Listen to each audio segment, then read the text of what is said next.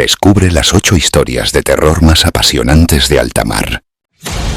El río Congo, un monstruo de agua negra que serpentea el corazón de África. Era Mumerapitacheun, un territorio vedado, un lugar tachado de los mapas de los colonizadores con advertencias escritas en tinta roja. Inaccesible, territorio muy hostil, zona de desapariciones. Desde la estación colonial de Leopoldville zarpó un barco de vapor sin nombre claro en los registros, comandado por el cartógrafo francés Armand de la Rue. Su misión, trazar rutas de navegación. Su destino, lo desconocido.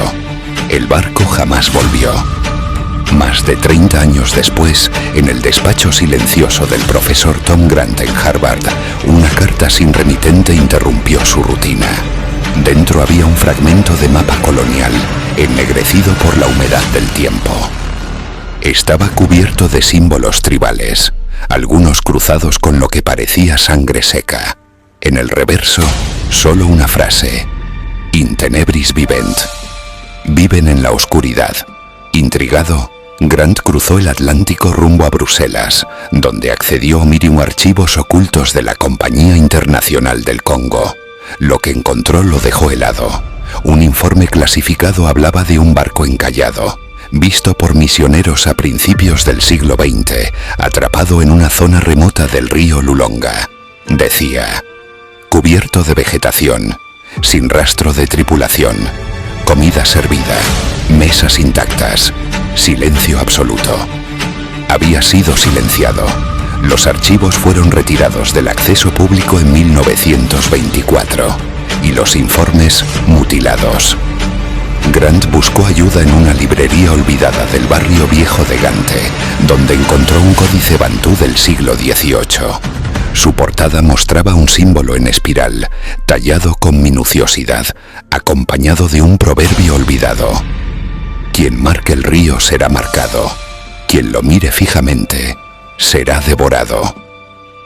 Grant conectó las piezas: un barco desaparecido, una civilización que advertía sobre los ojos del río, informes silenciados por intereses coloniales, y lo peor de todo, un patrón que no se detuvo en 1889. El río no era una ruta, era un umbral. La última pista llegó en forma de una fotografía aérea de 1972, enviada desde un archivo militar filtrado. Mostraba un punto en la selva donde los árboles parecían curvarse en espiral, como huyendo de algo invisible. En el centro, apenas visible entre la maleza, un casco de vapor, oxidado, cubierto por ramas como dedos huesudos. Grant ya no dudaba. Aquello no era una leyenda, era una advertencia, y alguien no quería que la verdad saliera bien a flote. Pero retrocedamos un poco, para conocer la historia. A principios de 1923, en el corazón de la selva congoleña, una voz arriesgada rompió décadas de silencio. Nigel Stokes, un explorador británico obsesionado con lo inexplicable, organizó una expedición clandestina hacia el río Lulonga, impulsado por rumores indígenas que hablaban de una casa flotante abandonada que no debía ser tocada. A su lado, Mbala, un guía local que conocía cada susurro de la selva, y una tripulación pequeña, cuyos rostros reflejaban miedo y respeto. Los primeros días fueron una batalla contra la vegetación que parecía viva. Árboles gigantescos y lianas colgantes formaban un techo casi impenetrable, dejando apenas pasar la luz. Los sonidos de la jungla eran una sinfonía inquietante. Tambores distantes, cantos de aves desconocidas y, lo peor, un silencio expectante que se instalaba cada vez que el barco avanzaba por tramos más oscuros. Cuando finalmente apareció ante ellos, el espectáculo era perturbador. El barco, cubierto por un manto de enredaderas, parecía suspendido entre la vida y la muerte. La madera, desgastada pero intacta, era una cápsula del tiempo. No había rastros de violencia, ni sangre, ni disparos, ni gritos. Solo una atmósfera densa, como si el aire mismo guardara secretos. Dentro, las mesas aún tenían restos de una comida olvidada y enmohecida. Las sillas en orden parecían esperar a sus dueños. En el camarote del capitán, un diario abierto revelaba la última entrada.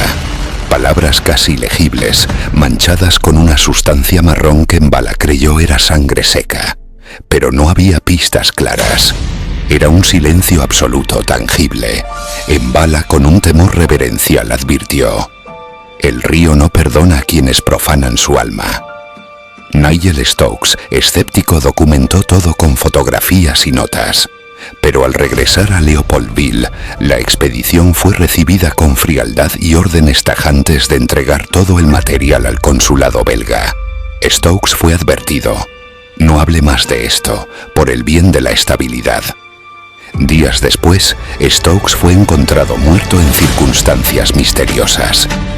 La autopsia oficial habló de suicidio por envenenamiento, pero M'Bala sospechaba algo más. Sombras que se movían en la noche, voces sin dueño, una presencia que no perdonaba.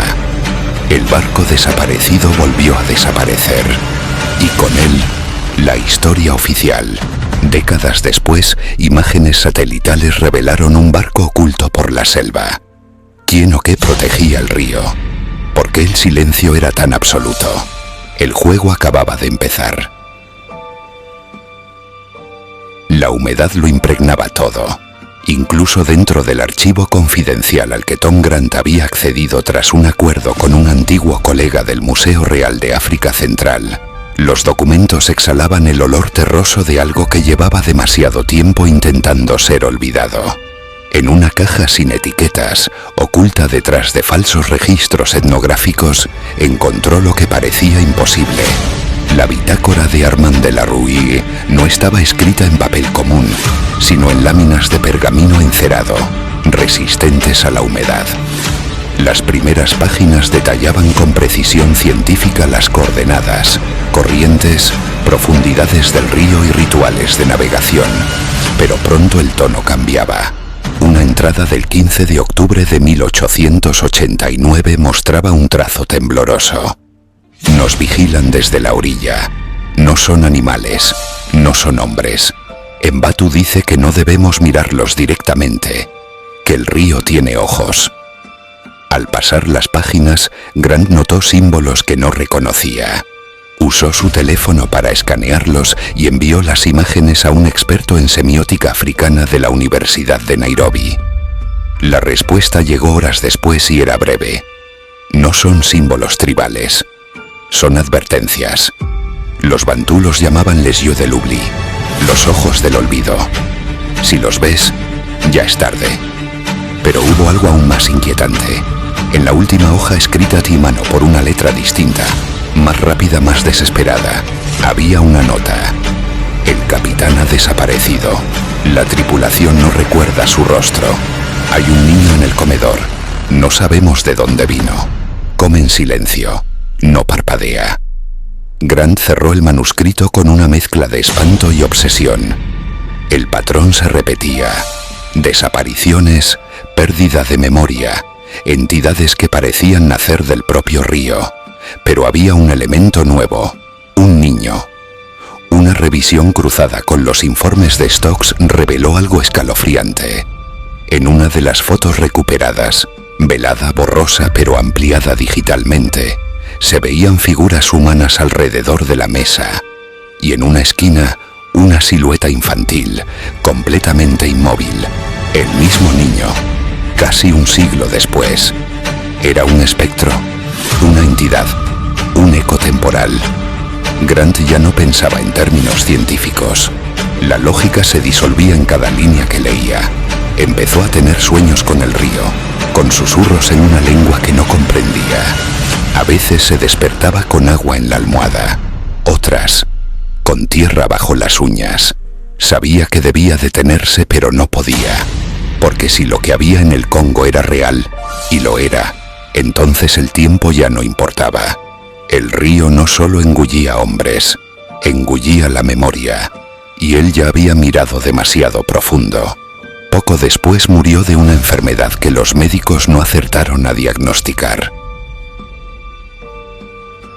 años después, cuando un hidroavión sobrevolaba el punto exacto marcado en los viejos mapas de la expedición Marnier, el piloto no vio más que un muro de árboles. Sin embargo, al descender y avanzar entre la vegetación densa con machete en mano, los exploradores tropezaron con una imagen detenida en el tiempo. En medio de la selva, camuflado por lianas y raíces, yacía un navío oxidado, el Clementine. La cubierta estaba parcialmente hundida, cubierta por un manto de musgo y hojarasca, como si el bosque hubiera decidido tragarlo poco a poco. El interior, sin embargo, era otra cosa. Las mesas del comedor seguían puestas, platos servidos, cubiertos de moho, copas con residuos secos de vino. No había señales de violencia ni lucha, pero tampoco rastro alguno de tripulantes. Ni huesos, ni ropas, nada. Solo silencio. La bitácora de a bordo terminaba abruptamente con una frase escrita con trazo tembloroso. Se oyen los tambores otra vez. Al consultar los documentos coloniales, encontraron un patrón enterrado entre informes médicos y notas diplomáticas. En los mismos años que el Clementine desapareció, otros barcos reportaron interferencias inexplicables. Brújulas que giraban sin control, fiebre colectiva entre la tripulación, pesadillas compartidas y, en algunos casos, abandono masivo sin causa médica aparente. Todos esos registros fueron clasificados como superstición, pero aparecían repetidos en diferentes fuentes: diarios de misioneros, informes militares, cartas privadas. La tribu Mongo, una de las más antiguas del Congo, se negó a acercarse a esa zona incluso décadas después. Decían que el río ahí tenía memoria y que ciertas ofensas a los espíritus del agua no se perdonaban. Un ritual ancestral, según sus ancianos, protege esos territorios con una maldición de olvido. Nadie que entre sin respeto regresa igual. Pero la explicación más inquietante llegó de un microbiólogo que analizó muestras del lugar. Un hongo endémico, desconocido fuera de esa región, capaz de liberar esporas neuroactivas que inducen alucinaciones, desorientación y, en casos extremos, amnesia colectiva. El hongo fue hallado en las paredes interiores del barco. ¿Fue esta la causa? Una toxina natural disfrazada de mito. El Clementine fue sellado y declarado zona restringida. Nadie ha vuelto. Las autoridades africanas nunca emitieron comunicado oficial. Y sin embargo, de noche, desde ciertas orillas del Congo, aún se escuchan los tambores.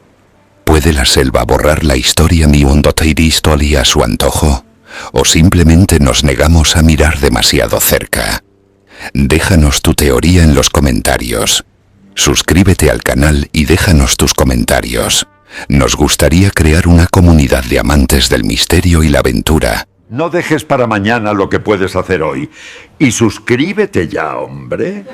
No seas vago. Octubre de 1775 marcaba el calendario, cuando el ballenero Herald, veterano de mares fríos y secretos antiguos, se deslizaba por las aguas del Atlántico Norte. En medio de aquella blancura espesa, surgida como un espectro desde el otro lado de la niebla, apareció una silueta. Era un barco, un bergantín de 3 mástiles que se deslizaba a la deriva, sin timón visible, sin tripulación a la vista, sin sonido alguno salvo el sordo roce del hielo acumulado contra la madera de su casco. Su presencia era tan inesperada como inquietante. La niebla lo abrazaba como si formara parte de ella, como si el mar lo hubiese olvidado en su inmensa memoria de siglos. La proximidad reveló los detalles que helaron la sangre, incluso de los marineros más curtidos del Herald. El navío no mostraba señales de abordaje ni de naufragio. No había velas desplegadas, pero los mástiles se mantenían erguidos, cubiertos por una fina capa de escarcha. El casco estaba endurecido por el hielo, como si el invierno lo hubiese encerrado en una tumba flotante. Sobre la popa, medio oculto por las sales y el paso del tiempo, se leía un nombre apenas legible: Octavio Octavius. La embarcación no daba señales de vida, ni de movimiento voluntario. Su curso era errático, empujado por corrientes invisibles, como una máscara vacía arrojada al azar sobre el rostro del mar. Pero había algo más, algo que no podía verse ni tocarse, pero que estaba ahí, una sensación, una presión en el pecho de quienes lo observaban, como si los ojos del tiempo se hubieran abierto para mirar directamente hacia ellos. Cuando el Herald se acercó lo suficiente, una decisión silenciosa llevó a un grupo de hombres a abordar el navío fantasma. El bote que se deslizó hacia el Octavius pareció moverse a través de un sueño petrificado. La niebla parecía espesarse alrededor de ellos, aislándolos del resto del mundo, como si cruzaran un umbral invisible. Al alcanzar la cubierta del Octavius, la sensación se intensificó. La madera crujía de forma inusual bajo sus pies, como si protestara al ser pisada de nuevo tras un largo sueño. No había cuerpos a la vista, pero tampoco había signos de vida. Todo estaba extrañamente intacto. Barandales, escotillas, aparejos. Cada elemento estaba congelado en una quietud ominosa. El tiempo había perdido su curso en ese lugar. A medida que exploraban, se hacía evidente que aquel barco no había sido simplemente abandonado. Parecía detenido, como si una fuerza desconocida lo hubiera sacado del flujo del mundo y lo hubiese colocado en esa parte del mar como una advertencia. Había una ausencia tan absoluta de vida que se volvía casi una presencia propia. Aquel encuentro no era casual. El mar no dejaba que tales cosas ocurriesen al azar. Algo había empujado al Octavius fuera del hielo.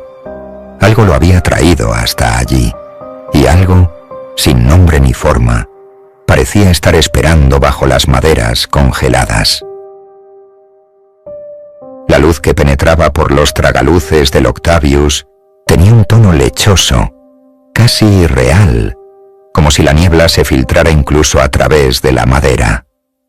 Los hombres del Herald descendieron al interior del navío con pasos lentos y cuidadosos, conscientes de que estaban entrando en un lugar suspendido más allá del tiempo y la lógica.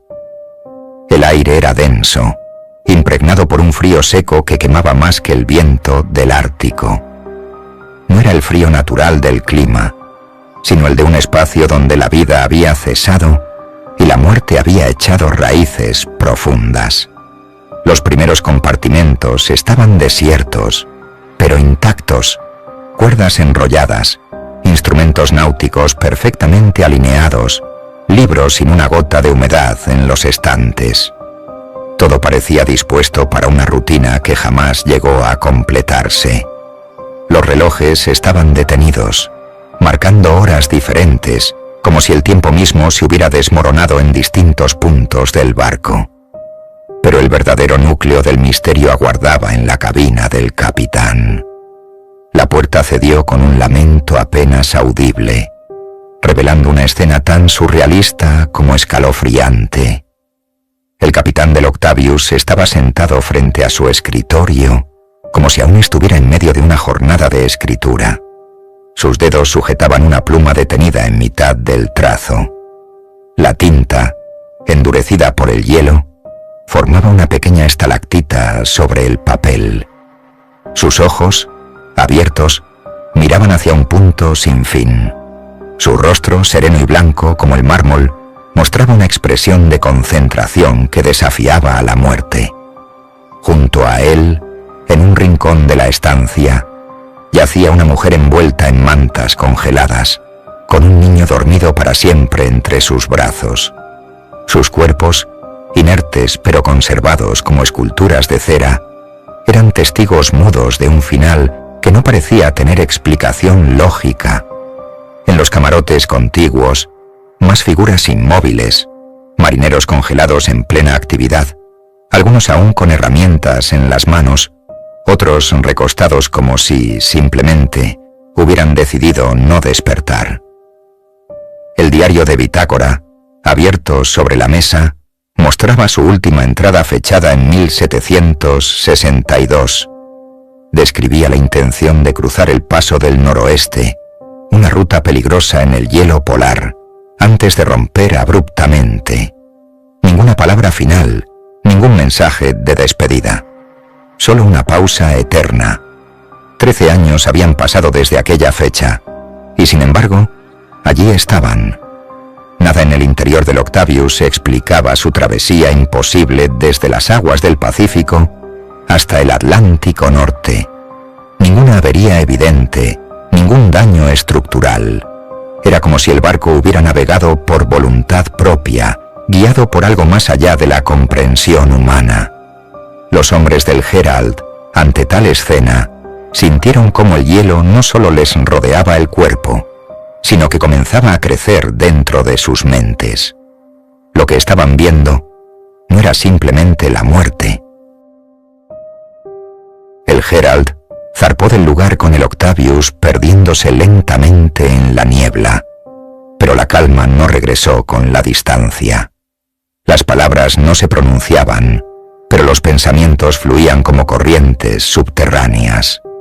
Algo había cambiado. Cada rostro en la cubierta del Herald reflejaba la misma mezcla de temor y desconcierto. No era simplemente el recuerdo de los cuerpos congelados lo que los inquietaba. Era la certeza de haber sido testigos de una verdad que desafiaba la historia, la ciencia y la cordura. En los días siguientes, el mar se volvió más denso, como si supiera que sus secretos habían sido profanados. La niebla ya no era una visitante ocasional, sino una compañera permanente. La brújula giraba con capricho, y las noches eran tan oscuras que las estrellas parecían haberse extinguido.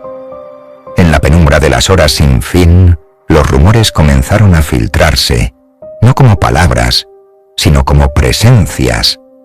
Alguien decía haber escuchado pasos sobre la cubierta cuando nadie más estaba arriba. Otros aseguraban haber visto una figura inmóvil mirando desde el mástil principal del Herald. Una figura con los ojos del capitán del Octavius.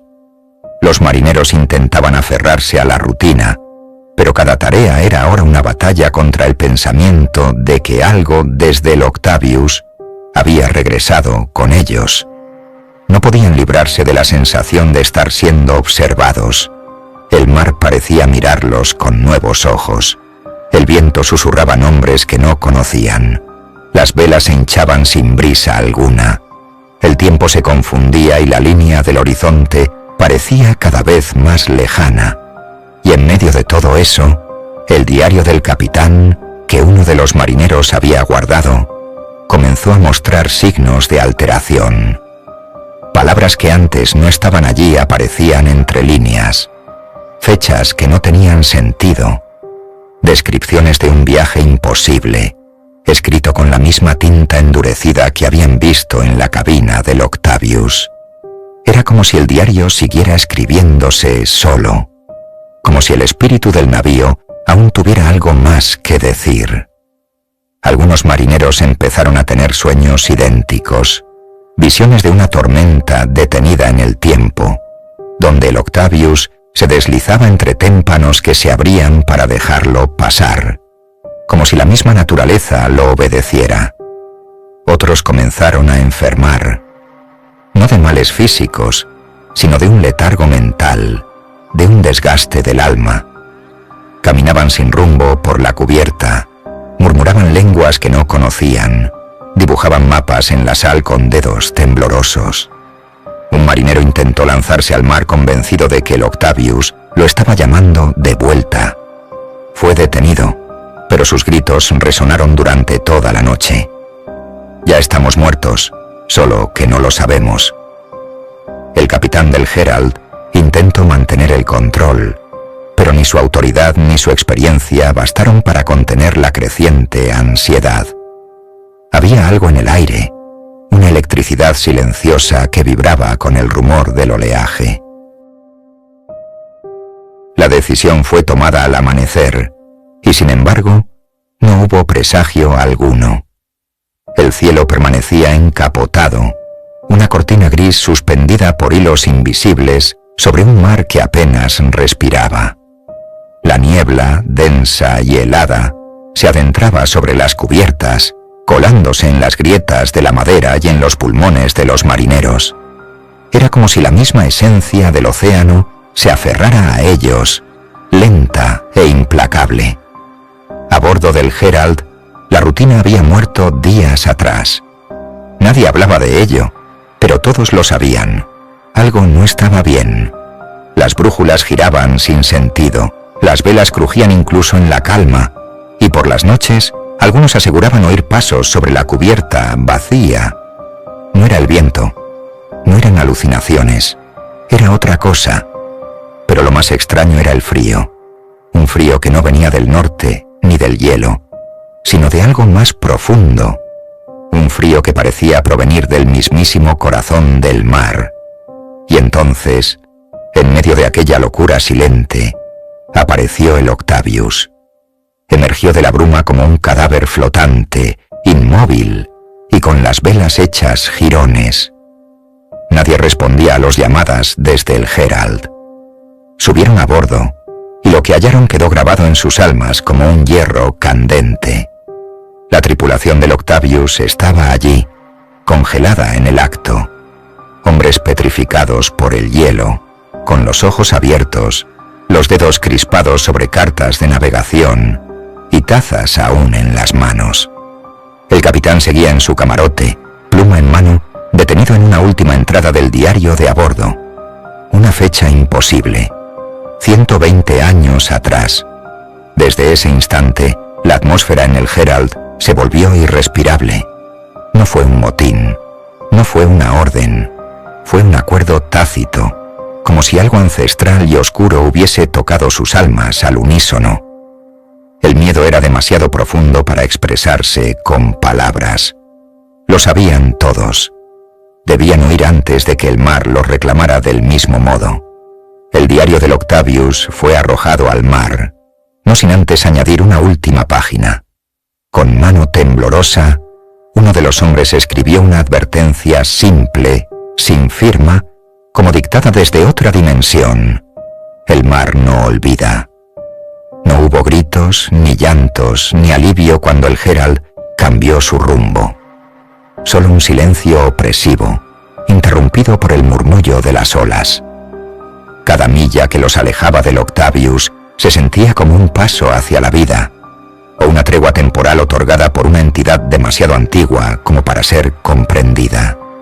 El mar, como si observara en silencio, permitió su huida, pero el Octavius desapareció, como si nunca hubiese estado allí. Días después, el Herald atracó en puerto.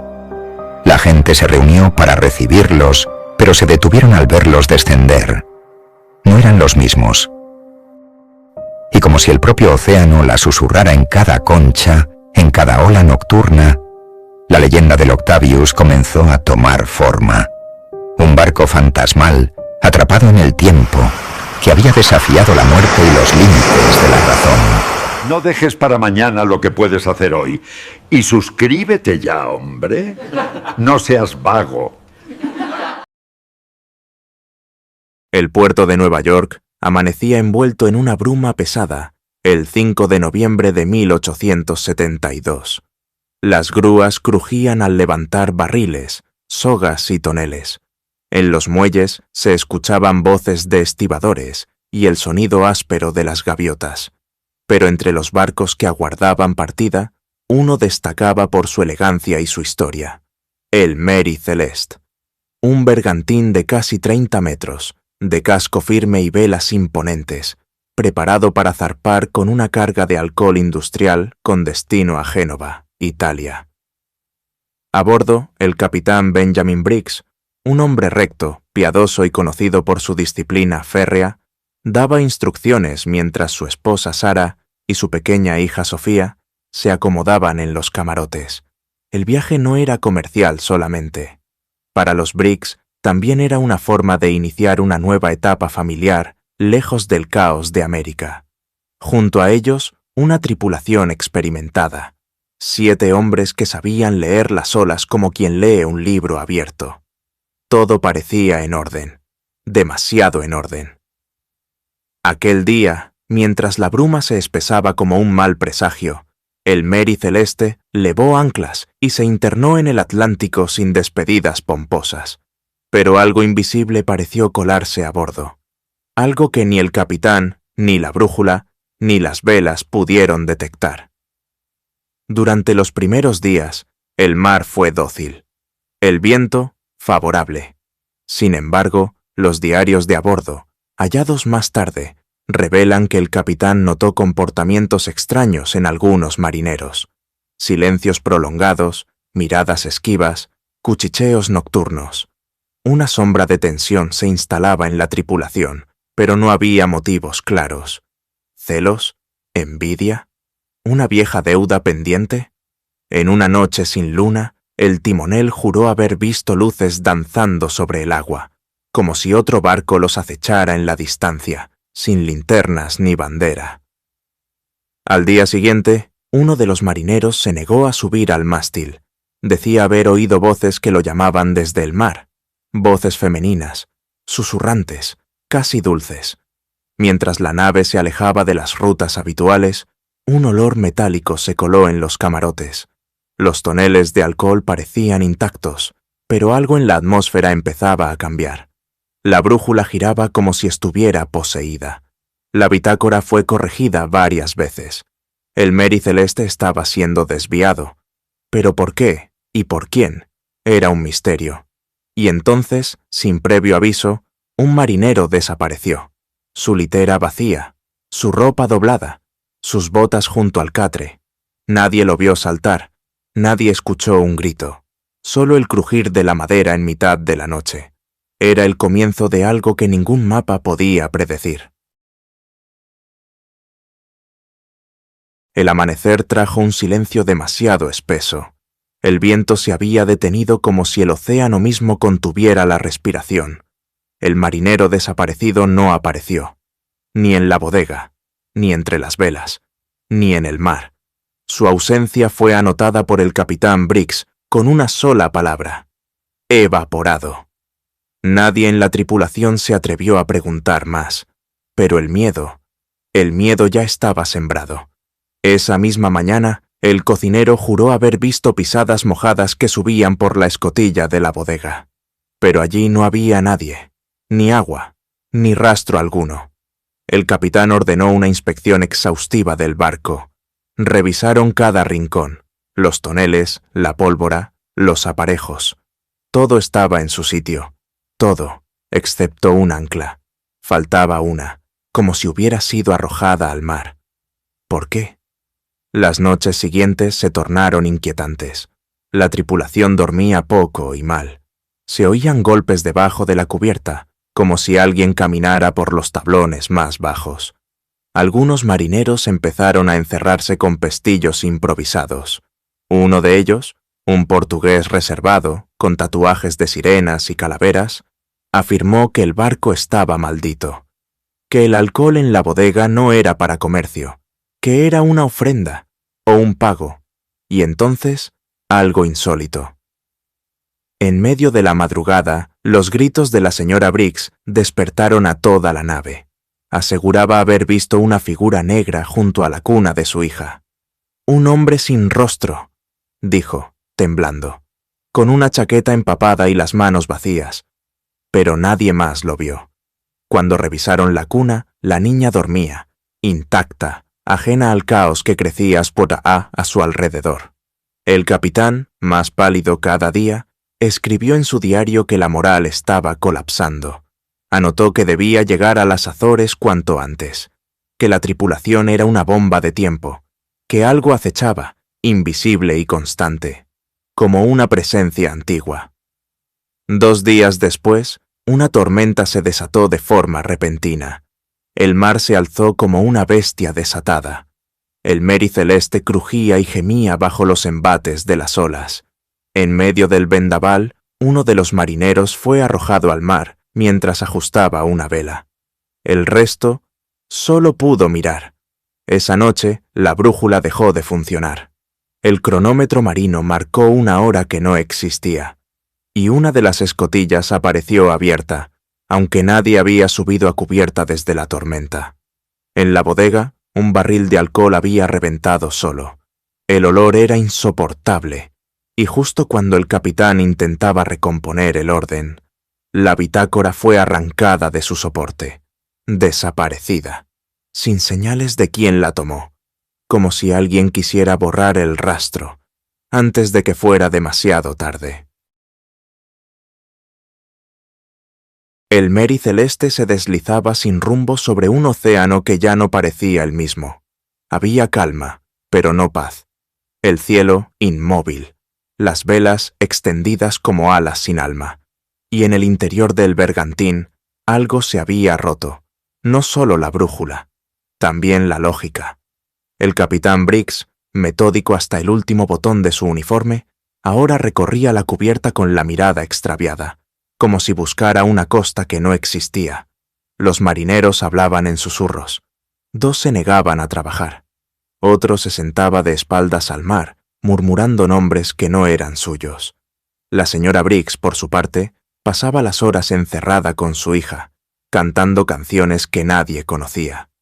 Canciones antiguas, en idiomas que ni ella misma dominaba del todo. En la cocina, el cocinero halló un crucifijo tallado a mano en la harina. Nadie reconoció haberlo hecho. Estaba invertido. Esa noche, un marinero desapareció. Otra vez. Su litera estaba vacía. En su lugar, un charco de agua salada que no provenía de ninguna filtración. Briggs reunió a los 5 hombres restantes y les exigió vigilancia. Turnos dobles. Nadie andaría solo. Nadie bajaría a la bodega sin compañía. El alcohol debía mantenerse aislado. Algo, insistió, podría estar emanando de esos barriles. Algo que alteraba la mente. O peor. Pero ya era tarde. El viento cambió sin previo aviso. En lugar de impulsarlos hacia las Azores, los arrastraba hacia el sudoeste. Un rumbo que nadie había trazado. Las velas no obedecían. Las cuerdas se tensaban solas. Una noche, una vela mayor cayó sin motivo, aplastando un bote salvavidas que colgaba en cubierta. Lo partió en 2. Era el único bote listo para usar. Y entonces, el elemento más inquietante. Encontraron un diario. No el del capitán, uno distinto, escrito a mano con una caligrafía retorcida. Detallaba eventos que aún no habían ocurrido. Entre ellos, el naufragio de un barco sin nombre, en una región del Atlántico sin coordenadas, y una frase final, escrita en letras rojas. Todos se irán, pero el barco quedará. El barco siempre vuelve. Briggs lo leyó en silencio. Luego, sin decir palabra, lo arrojó al fuego. Pero las llamas no lo tocaron. El papel se resistía, como si no quisiera desaparecer. Esa misma noche, la señora Briggs se despertó con la niña en brazos. La cuna estaba vacía, pero no recordaba haberla tomado. Dijo haber soñado con una costa blanca, un faro roto y figuras encapuchadas que señalaban al mar. Una visión tan vívida que aún olía a salitre al despertar. Y al amanecer, con el barco al borde de lo incomprensible. Los relojes se detuvieron todos a la vez, a las 2:13, la hora exacta que nadie sabría explicar jamás. El 4 de diciembre de 1872, el bergantín Dei Gratia avistó una embarcación errante entre las olas del Atlántico, a medio camino entre las Azores y las costas de Portugal. Parecía viva, pero muerta al mismo tiempo. El Mary Celeste avanzaba con sus velas rotas, balanceándose como si flotara por inercia. No había señales de vida en la cubierta, ni humo, ni bandera, ni respuesta a los saludos de rigor. Un buque fantasma, en el sentido más literal. El capitán del Dei Gratia, David Morehouse, ordenó una expedición de abordaje. 2 marineros remaron hasta el Mary Celeste y subieron con cautela. Lo que encontraron fue inhumano. La comida seguía servida en la mesa del comedor, los platos intactos, la ropa doblada con esmero en los camarotes, la cuna vacía. Las pertenencias de los Briggs estaban allí, sin desorden, como si fueran a regresar en cualquier momento. Pero no había tripulación, ni señales de lucha, ni sangre, ni cuerdas cortadas. El único bote salvavidas que debía estar a bordo había desaparecido, aunque las cuerdas que lo sujetaban estaban aún amarradas. El reloj marino había dejado de marcar el tiempo. El cronómetro de navegación también. La bitácora estaba abierta en una página anodina, sin despedidas, sin instrucciones, como si el registro se hubiera interrumpido de repente. Y entonces, uno de los marineros del Dei Gratia bajó a la bodega. Los barriles de alcohol estaban en su sitio, excepto 9 que habían sido abiertos, pero no consumidos. Estaban hinchados, como si algo los hubiese presionado desde dentro. El olor era penetrante, irritante, como una advertencia invisible. El barco fue remolcado hasta Gibraltar para su inspección. La historia del hallazgo corrió como pólvora entre marineros, jueces y taberneros. Se iniciaron investigaciones, se elaboraron teorías, motín, piratería, envenenamiento por vapores de metanol, secuestro, suicidio colectivo, incluso posesión demoníaca. Nada encajaba. Un tribunal naval examinó cada clavo del casco. No había daños, no había indicios de violencia.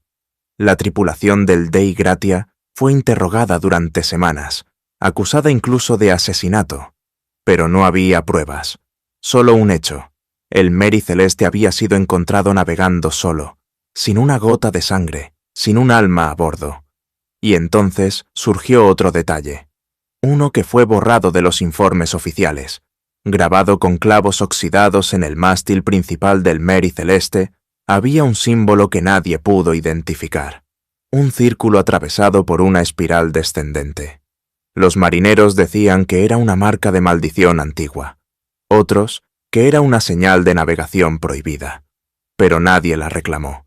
El Mary Celeste fue vendido, rebautizado, y terminó naufragando años después en la costa de Haití. Nadie quiso recuperarlo, nadie volvió a zarpar en una nave con ese nombre. Y así, el mar guardó su secreto. El barco sigue perdido, pero el misterio jamás encalló. No dejes para mañana lo que puedes hacer hoy. Y suscríbete ya, hombre. No seas vago. El misterio del faro del fin del mundo. Más allá de las tierras verdes y húmedas de Escocia, donde los acantilados se alzan frente al furioso Atlántico, hay un grupo de islas olvidadas, apenas mencionadas en los mapas. Rocas cubiertas por niebla, golpeadas por el viento. Entre ellas destaca la más solitaria, la isla de Flanán.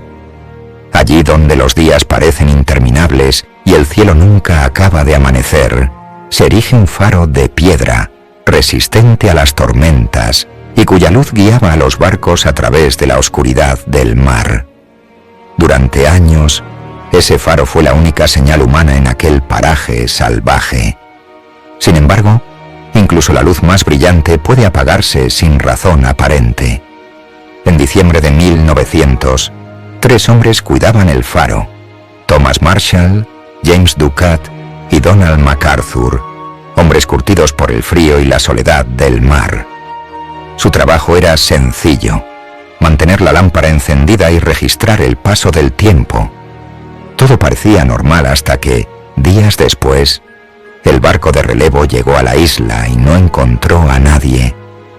La puerta del faro estaba cerrada desde dentro, la chimenea apagada, la comida intacta sobre la mesa y las camas perfectamente hechas, pero no había rastro de los hombres. El único indicio estaba en la libreta de Marshall, donde había anotado vientos huracanados y miedo extremo. Pero según los informes de los barcos cercanos, el clima había sido tranquilo. ¿Qué ocurrió? ¿Una ola gigante que los arrastró? ¿Una fuga desesperada o algo más oscuro? Nadie lo sabía. Con el tiempo las teorías se multiplicaron. Algunos hablaban de una maldición, de voces en la niebla, de antiguos monjes celtas que aún rondaban la isla. La isla de Flannan se convirtió en leyenda y el faro en un símbolo de misterio. Las gaviotas giraban sobre el cielo gris de las Hébridas exteriores, donde el mar golpea con furia las rocas milenarias y el viento susurra lenguas olvidadas. En este rincón remoto se alzaba la torre blanca del faro de Flannan y una pequeña vivienda aislado e imponente, vigilante del océano. El faro de Flannan se alzaba solitario sobre la inhóspita isla de Eilean Mor, como un vigía antiguo frente al rugido eterno del Atlántico. Su torre de piedra blanca, de 23 metros, resistía los vientos con una firmeza casi desafiante. Desde 1899, su luz, proyectada a 45 metros sobre el nivel del mar, había guiado a los navegantes por aquellas aguas traicioneras. Pero su silueta, envuelta en bruma, parecía más un guardián maldito que un salvador. 3 hombres vivían allí: James Ducat, el jefe, veterano del mar con piel curtida por la sal y ojos fríos como el Atlántico; Thomas Marshall, el segundo al mando, más joven pero igualmente experimentado, conocía la isla como la palma de su mano; y Donald MacArthur, el farero ocasional y marinero de tormentas. Sus días eran rutinarios: encender la lámpara al anochecer, registrar el viento, medir la presión, limpiar los cristales. La soledad del lugar era imponente y las tensiones entre ellos constantes. A veces por pequeños desacuerdos, otras por el silencio que el océano imponía. Cada 2 semanas, un barco rompía el aislamiento, trayendo provisiones y noticias. Pero en diciembre de 1900, el mar guardó sus secretos. El 15 de diciembre, el vapor Archtor navegaba cerca de la isla. Esa noche el faro no emitió luz. El barco siguió su rumbo, inquieto. El capitán dio parte de lo sucedido. Las autoridades pensaron que se trataba de alguna avería, aunque hasta el momento el faro había cumplido a la perfección con su cometido de guiar a los barcos en la oscuridad, y tenía repuestos suficientes para poder subsanar cualquier imprevisto. Pero lo que nadie sospechaba era lo que estaba a punto de ocurrir en aquel lugar remoto. Dentro del faro, la lámpara giraba lentamente, lanzando destellos que apenas atravesaban la niebla espesa. El guardián principal revisaba el cuaderno de bitácora con expresión tensa. Sus manos temblaban levemente. Desde hacía días, los relojes parecían volverse locos, desfasados, erráticos. La marea subía más de lo habitual, arrastrando fragmentos del océano tierra adentro. Una piedra enorme, que ningún hombre podría mover solo, apareció una mañana frente al almacén, como depositada por una fuerza imposible. Nadie hablaba de ello, pero todos lo habían notado. Uno de los fareros descendió por el angosto sendero que conducía a los acantilados, tras oír un ruido inexplicable proveniente del mar. Su silueta se perdió entre la bruma. No regresó. El segundo, inquieto por la tardanza, bajó tras él. Dejó la puerta del faro entreabierta, como si fuera a volver en cuestión de minutos. No volvió. El tercero, solo, esperó. Minutos. Horas. La lámpara seguía girando, como si lo ignorara. Finalmente, impulsado por una mezcla de preocupación y temor, decidió seguirlos. Sus pasos resonaron en la escalera de hierro, agudos como campanadas. Afuera, el viento le golpeó el rostro. No había rastro de sus compañeros. Solo encontró un gorro empapado, una cuerda rota que se balanceaba con el viento, y marcas extrañas en la roca, como garras o surcos. Un trueno estalló. La tierra pareció estremecerse. La luz del faro titiló. Un sonido lejano, indefinido, lo envolvió. Algo lo llamaba, invisible, irresistible. Dio un paso, luego otro, y y desapareció entre la niebla. El faro quedó en silencio, sin voces, sin movimiento. La lámpara abandonada terminó por apagarse. Afuera, el mar rugía con una furia antigua. Solo él sabía lo ocurrido aquella tarde, y nunca dijo nada. El embarcadero crujió bajo el peso de las botas. El faro se alzaba firme, inmóvil, cubierto por una capa de humedad salada, como si el océano intentara reclamarlo. La puerta principal estaba cerrada. Desde dentro. Llamaron. Solo el eco respondió. Se miraron en silencio. Uno de ellos alzó una palanca. Un golpe seco. La madera astillada cedió con un crujido, y la cerradura cayó vencida. Dos impermeables colgaban del perchero, balanceándose con suavidad, como si alguien acabara de pasar. Faltaba uno, el del guardia de turno, una ausencia que pesaba como plomo. En la cocina flotaba el olor del polvo estancado y sopa reseca. 3 platos servidos permanecían intactos. En la superficie de cada cuenco, una película cuarteada. El pan, duro como la piedra. El reloj de pared marcaba las 19:13. Pero el segundero no se movía. Todo estaba atrapado en un instante suspendido, como si el tiempo se hubiese detenido. Un pasillo angosto conducía hacia el acantilado. Allí, una cuerda colgaba desde la barandilla exterior, deshilachada, agitándose al ritmo del viento marino. Abajo, sobre las rocas, no había marcas, ninguna señal de ascenso o caída. Solo el sonido eterno del mar rompiendo contra la piedra. Y nada más. En la sala de registro, los libros estaban abiertos. Las últimas anotaciones, escritas con mano temblorosa, eran casi ilegibles, como si el miedo se hubiese filtrado en la tinta. Entre los trazos convulsos, una línea permanecía clara, escrita con extraña precisión. Dios no está aquí. En ese instante un golpe de viento apagó la lámpara de aceite. La oscuridad lo llenó todo. Los dormitorios fueron revisados con pulcritud ritual.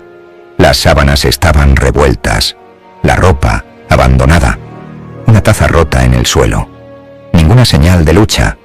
Todo sugería una partida precipitada, una huida. ¿Pero de qué? ¿A dónde podían haber ido? ¿En medio de la nada? El oficial cerró su cuaderno con un chasquido seco. El bote zarpó sin palabras, dejando atrás la torre silenciosa. El faro quedó solo, como si nunca hubiese sido habitado. Las autoridades archivaron el caso como inconcluso. Nada más podía hacerse.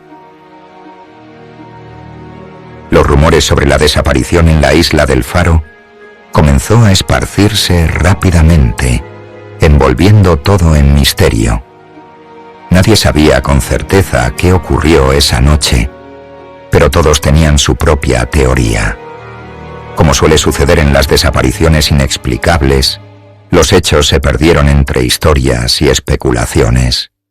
La teoría más común en un principio fue la de una ola gigante. Algunos pensaron que una enorme pared de agua había arrasado el faro y a sus guardianes, arrastrándolos sin dejar rastro. Sin embargo, otros no estaban tan convencidos de que fuera el motivo. Algunas versiones hablaban de locura. Decían que uno de los fareros, acosado por el aislamiento, había perdido la razón. En medio de la tormenta, sus gritos fueron lo único que rompió el rugir del mar. Se sugería que mató a sus compañeros antes de lanzarse al vacío. Pero no había pruebas, solo la ausencia de los hombres. Entonces surgieron teorías más extrañas. Algunos hablaban de un barco fantasma, un velero antiguo que aparecía en las tormentas, buscando almas. Se decía que esa noche el barco tocó puerto, y desde entonces los fareros quedaron atrapados, condenados a vagar en su eternidad errante. Otros mencionaban criaturas marinas, seres abisales que ascendían a la superficie en noches tormentosas. Aseguraban que, al mirar por la ventana del faro, los hombres vieron algo que ningún mortal debía ver. Sin embargo, la teoría más inquietante era la de la maldición. Los ancianos del pueblo advertían que la isla había sido un sitio sagrado en tiempos antiguos. Se creía que los druidas realizaban sacrificios allí, invocando a sus dioses. Las piedras de la isla, según algunos, aún guardaban su eco, y el altar oculto en los cimientos del faro nunca debió ser perturbado. Las cartas náuticas más antiguas advertían sobre la isla: evitar en noches de tormenta, no detenerse si hay niebla. Muchos lo consideraban folclore, hasta que ocurrió la desaparición. Después de ello, comenzaron los avistamientos. Pescadores afirmaban que, en noches sin luna, la luz del faro se encendía sola. Pero al acercarse, encontraban el lugar vacío y helado, con un eco persistente de algo moviéndose en las sombras. Un marinero regresó del mar pálido como un cadáver, diciendo que vio una figura en lo alto del faro. No era humana ni sombra, era algo extraño, que lo observaban desde las alturas. No dejes para mañana lo que puedes hacer hoy. Y suscríbete ya, hombre. No seas vago. El 6 de julio de 1897, desde el puerto de Varna, Bulgaria, partió un viejo bergantín ruso llamado Demeter. Su destino, Whitby, Inglaterra. Cargado con 50 cajas misteriosas marcadas con la palabra tierra. Nadie sospechaba que en sus bodegas no viajaba solo el cargamento. El capitán, con rostro duro y manos como sogas de mar, anotó en el cuaderno de bitácora cada detalle. El mar estaba en calma. El viento, favorable, pero desde el primer día, algunos marineros dijeron sentir algo, una presencia, una sombra que se movía donde no debería haber nadie. Los hombres no lo sabían, pero en la oscuridad del barco, escondido entre aquellas cajas, viajaba algo mucho más antiguo que los océanos, algo que no respiraba y esperaba su momento. En la segunda noche, uno de los marineros desapareció. Revisaron las velas, los compartimentos, los botes, nada. El capitán lo anotó como pérdida por caída al mar, pero los hombres comenzaron a temer. Y cuando el cocinero juró haber visto ojos rojos en la bodega, la paranoia prendió como pólvora. Día tras día, uno por uno, los hombres fueron desapareciendo. Sin gritos, sin lucha, solo ausencia. Las cajas estaban intactas, pero algo se movía entre ellas. Algo que acechaba cuando el sol caía. El capitán selló la bodega. Prohibió bajar de noche. Pero entonces apareció el segundo al mando, con los ojos en blanco y marcas de colmillos en el cuello. Lo encontraron colgado del mástil sin explicación. Nadie se atrevió a bajarlo. La noche siguiente, con el viento ululando como un lamento, el resto de los marineros se reunió en el comedor del barco. Las lámparas de aceite temblaban, como si algo respirara cerca. «Esto no es normal», dijo uno con las manos temblorosas. «Nadie desaparece así, uno por uno». «¿Y qué sugieres? ¿Que algo nos caza?», respondió otro con voz rasposa. «Es una maldición», exclamó el cocinero. «Este barco está maldito. Desde que zarpamos hay algo con nosotros. No lo vemos, pero nos observa. Lo siento cuando duermo». Hubo un silencio espeso. Solo se oía el crujido de la madera, como si el barco mismo se quejara.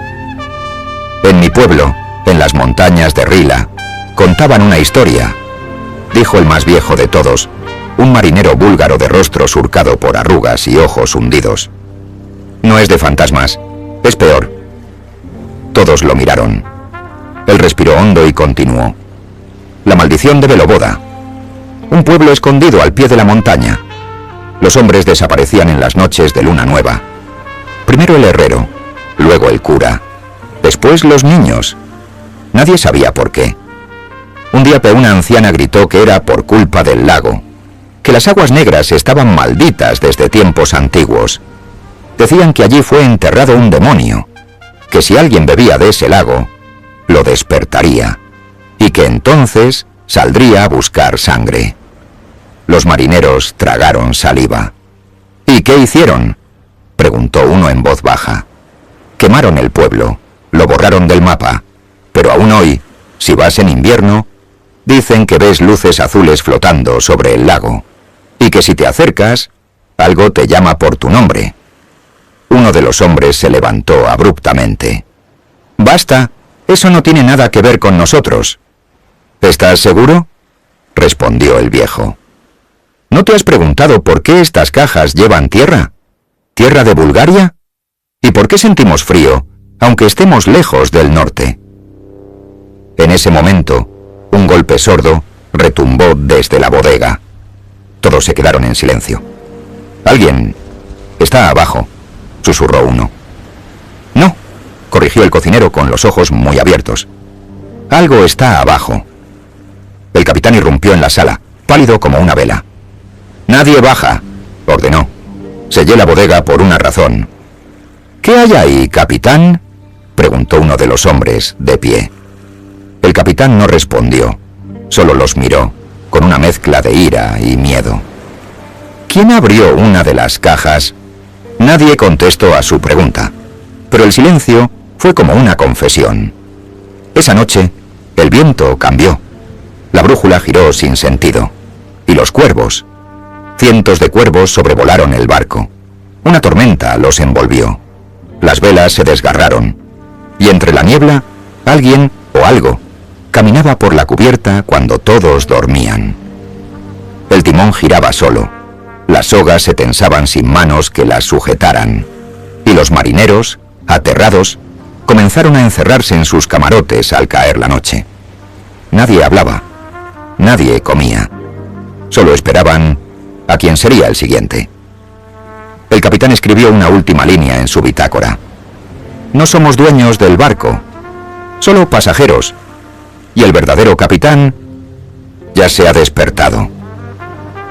Y mientras el Demeter se alejaba de las costas del Mar Negro, arrastrado por vientos imposibles, solo una cosa era segura. Ya no era un barco de carga, era un barco maldito. El viento ululaba entre las jarcias como si el mar entero gimiera.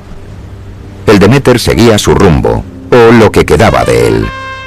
La brújula giraba loca, la tormenta no cedía, y los marineros, o lo que quedaba de ellos, dormían con cuchillos bajo las almohadas.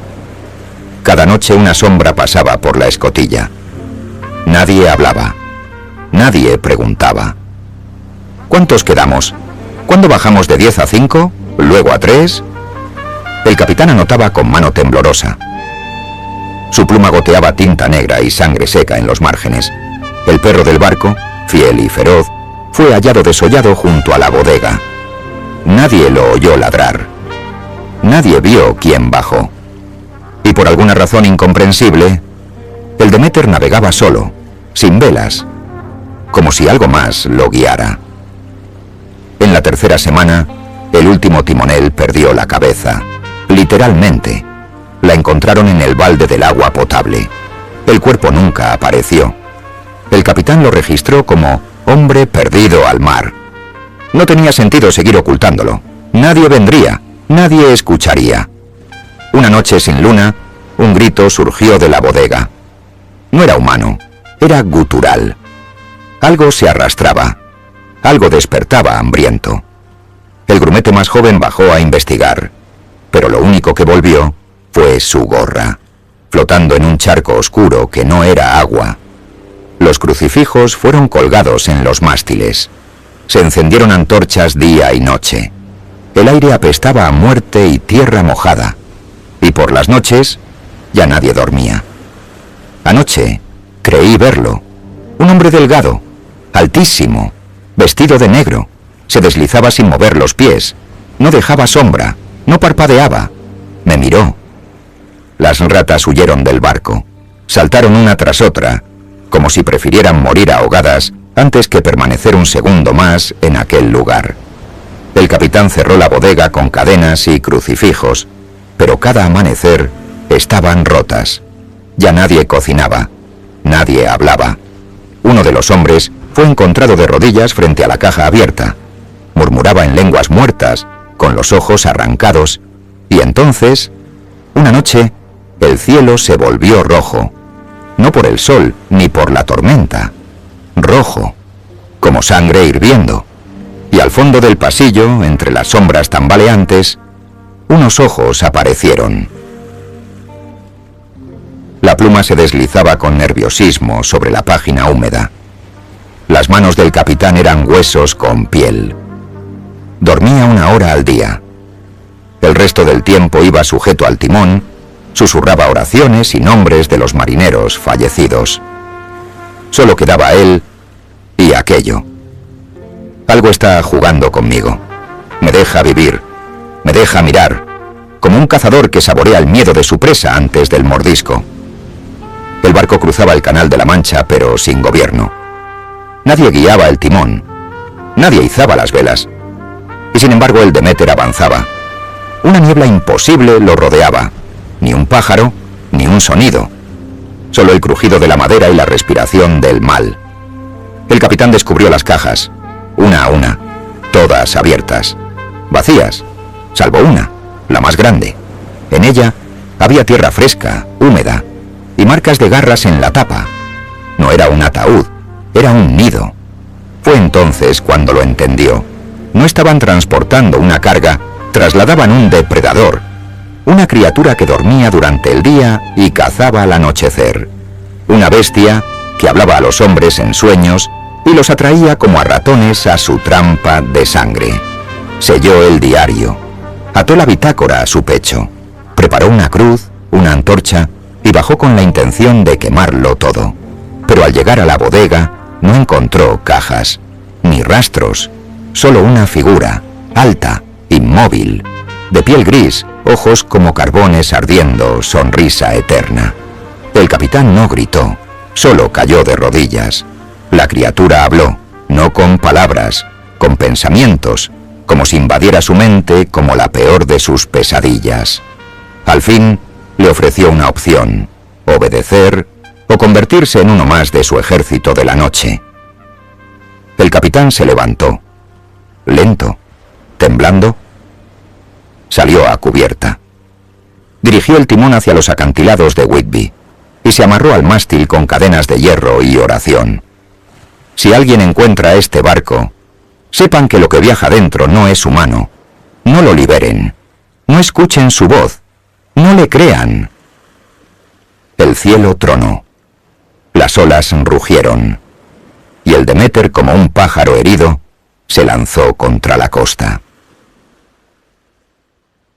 El 8 de agosto de 1897, en la costa de Whitby se despertaron con un estruendo. El Demeter se estrelló contra el muelle guiado por una violencia sobrehumana. Las velas rotas, los mástiles astillados, y el capitán amarrado al timón, sin vida, con una cruz en la mano. Los lugareños subieron a bordo.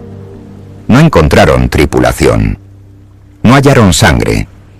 Solo una bitácora escrita con desesperación y un rastro de tierra húmeda que bajaba de la bodega y desaparecía por el muelle. Entre las sombras del casco, los perros ladraban y se escondían. Nadie entendía qué había ocurrido, pero todos sintieron lo mismo. Frío, silencio y algo que acechaba. Las autoridades inspeccionaron el barco. 50 cajas desaparecidas. Rastros de clavos doblados como si hubieran sido abiertos desde dentro. Ni una huella, ni un cuerpo. Solo un vacío y una última entrada en el diario. He sellado el mal dentro de estas tablas, pero si llega a tocar tierra, Dios tenga piedad de ustedes. Esa misma noche, un forastero llegó al pueblo, alto, delgado, pálido, vestido con un sombrero negro. Alquiló una mansión antigua en la colina. Nunca salía de día, solo de noche. La gente decía que las ratas lo seguían, que los lobos lo saludaban, que las sombras se movían cuando pasaba. Poco después comenzaron las muertes. Primero, animales, luego, niños. Después, mujeres con marcas en el cuello y la sangre drenada. Nadie lo relacionó con el Demeter. Nadie creyó la bitácora. Nadie, hasta que fue tarde. Una niebla roja envolvió el pueblo durante semanas. Las iglesias cerraban, los relojes se detenían a medianoche, y los sueños de los hombres eran invadidos por ojos rojos y susurros de siglos pasados. Un médico, un profesor y un extraño con acento del este comenzaron a investigar. Descubrieron las cajas, las conexiones, el nombre Drácula. El resto ya es leyenda, pero el Demeter sigue allí, pudriéndose en la niebla. Y si alguna vez lo ves, abandonado, varado, cubierto de algas y tierra, no subas, no entres, no abras las cajas. Corre como si no hubiese un mañana, porque el mar no olvida, y a veces lo que viaja en él tampoco. No dejes para mañana lo que puedes hacer hoy. Y suscríbete ya, hombre. No seas vago. En lo profundo del océano yacen secretos olvidados, tesoros, naufragios, misterios, crónicas imposibles. Bienvenidos a Relatos Marinos, donde las leyendas del mar cobran vida. 96. El Atlántico Sur despertaba envuelto en una bruma espesa, como un telón antiguo que se abría lentamente sobre una escena cargada de presagio. A través de densa neblina emergía la silueta sólida del Star of the East, un ballenero británico curtido por años de navegación en aguas traicioneras. Su madera había resistido tormentas que habrían partido a otros navíos, y su historia se entrelazaba entre ecos de rugidos marinos y el crujir de los hielos del sur. La tripulación que lo habitaba era el reflejo mismo del barco. Hombres endurecidos por los elementos, rostros marcados por el viento y la sal, miradas que habían aprendido a leer el horizonte con la precisión de un viejo compás. Cada uno cargaba cicatrices, no siempre visibles, pero todas ganadas entre la furia de los mares australes y el peligro constante del oficio. Eran cazadores de gigantes, herederos de una tradición donde la valentía se medía en arpones lanzados y en noches sin luna. Aquel día, sin embargo, había algo distinto en el aire. La superficie del océano se extendía como una balsa de aceite, sin oleaje aparente, pero con un desasosiego que no podía ignorarse. Era calma, era una espera tensa. Las aves marinas volaban en círculos erráticos, graznando como si anunciaran algo que los hombres aún no comprendían. Una columna de vapor blanco se elevaba brevemente sobre el mar, el soplo inconfundible de una ballena. El barco entero se transformó en un instante. Cada marinero adoptó su puesto con la exactitud de una coreografía 1000 veces ensayada. El arponero descendió con rapidez. Se ordenó arriar uno de los botes. Se alistaron sogas, se afilaron puntas metálicas, se tensaron músculos. El crujido de la polea al bajar el bote resonó como un tambor de guerra. El grupo de hombres asignado subió a bordo sin vacilar. Entre ellos iba James Bartley, un joven grumete de apenas 21 años, aunque endurecido por semanas de alta mar. Era su primer viaje de caza, y con él llevaba no solo su arpón, sino todas las ansias de probar su valía en los ojos de los veteranos. Las aguas se ondulaban levemente mientras los remeros tomaban posición. El bote se alejó del barco con un ritmo constante, silencioso, solo interrumpido por el roce de los remos al entrar y salir del mar. En la distancia, la ballena volvió a mostrarse. Era colosal. Su lomo oscuro se alzaba como una colina en movimiento, y algunos, desde cubierta, murmuraban que se trataba de un cachalote, aunque más grande que cualquiera que hubieran visto antes. El bote arponero se deslizaba con cautela, como una flecha acechando en cámara lenta. Cada metro ganado subía la tensión. Y entonces, cuando estuvieron lo suficientemente cerca, el arponero mayor se preparó. La ballena, una criatura gigantesca, negra como la noche misma, nadaba justo por delante. Su lomo curvado emergía y desaparecía entre las crestas, majestuosa, ajena al destino que la acechaba. El arpón voló trazando un arco mortal. Un sonido sordo, seco, y luego un rugido gutural que no pertenecía al reino humano. El arpón se había clavado profundo, y la ballena, herida, se estremeció con una fuerza descomunal. Su cuerpo desapareció bajo la superficie en un torbellino de espuma y sangre. Por un momento, el mundo pareció contener el aliento, y luego, el infierno emergió del agua. La ballena estalló desde las profundidades con furia primigenia. Su cola se alzó como un látigo divino, y cayó sobre el bote con la fuerza de una maldición. En segundos, el bote quedó hecho astillas. Los hombres quedaron dispersos entre gritos, sal y madera. El mar, hambriento, los devoró sin tregua. Desde el Star of the East, la nave madre, la tripulación asistía impotente al desastre. Algunos rezaban, otros solo observaban, pálidos. Al llegar al lugar, rescataron lo que quedaba. Cuerpos mutilados, miradas perdidas. Pero faltaban 2 hombres, entre ellos, Barley. El mar rugía como una bestia herida cuando Barley cayó al agua. El velero se alejaba entre las crestas salvajes, su silueta quebrada por la tormenta. En un instante, el mundo se convirtió en un remolino de espuma, sal y oscuridad. El frío le mordía la carne, y cada brazada era un esfuerzo titánico por mantenerse a flote. Las olas lo alzaban como un juguete, luego lo precipitaban a las profundidades. Apenas lograba distinguir las voces de sus compañeros, lejanas, diluidas por el bramido del viento y el estruendo de las aguas. Con cada segundo, la esperanza menguaba. Nadie volvería por él. El cielo se abrió en un relámpago, y en esa fracción de luz, Bartley vio algo imposible. Una sombra colosal deslizándose bajo él. El mar enmudeció. El tiempo pareció ralentizarse. Luego, vino el estremecimiento. La criatura emergió con una majestad aterradora. Una ballena de tamaño monstruoso, de ojos inquisitivos y sabiduría ancestral. No era un animal, sino una fuerza ancestral del océano. Su lomo oscuro rompió la superficie con un silbido profundo, y su inmensa mandíbula se abrió como la puerta de un mundo prohibido. Bartley, agotado, flotaba indefenso. El agua se arremolinó a su alrededor cuando la bestia avanzó. Intentó nadar, gritó, pero su voz se ahogó en el rugido del mar. Un remolino lo succionó, y antes de que pudiera resistirse, fue engullido por la oscuridad.